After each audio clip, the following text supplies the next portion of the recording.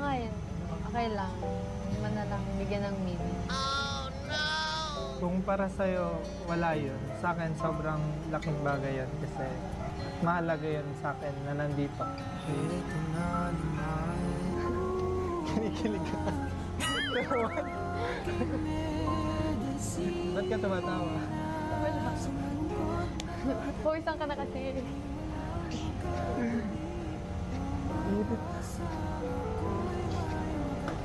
Masaya ka naman.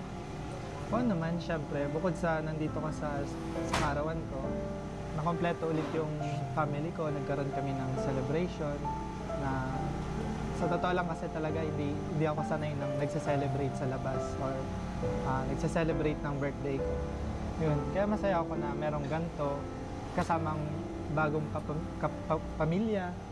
Sila Kuya Rab, ang Kalingap, syempre ang ALM. Yun. Syempre ikaw. Buti naman kung gano'n. Masaya rin ako kasi happy ko.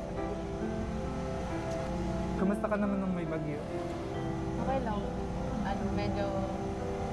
Medyo mahangin na. Buti naman at okay lang sa apartment.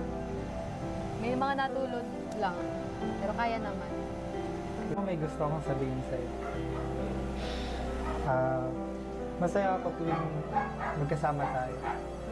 Sa mga time na nagbibigay sa akin ng task, si Kuya Alvin, na maging PA mo. Masaya ako sa mga oras na yun, nakasama kita.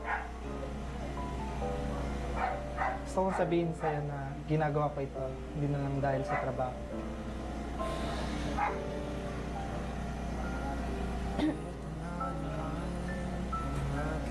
Ano kung ano ka.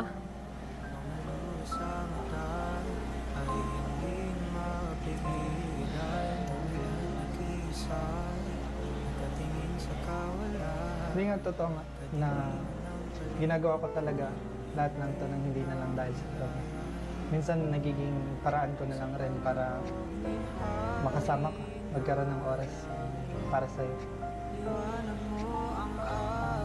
Oo, nung una, para sa akin trabaho lang kasi kailangan ko rin sa pag-aaral ko, sa pangsarili ko. Pero, iba na eh. Hindi ko na alam. Ano magpunas ka muna, pawisan ka.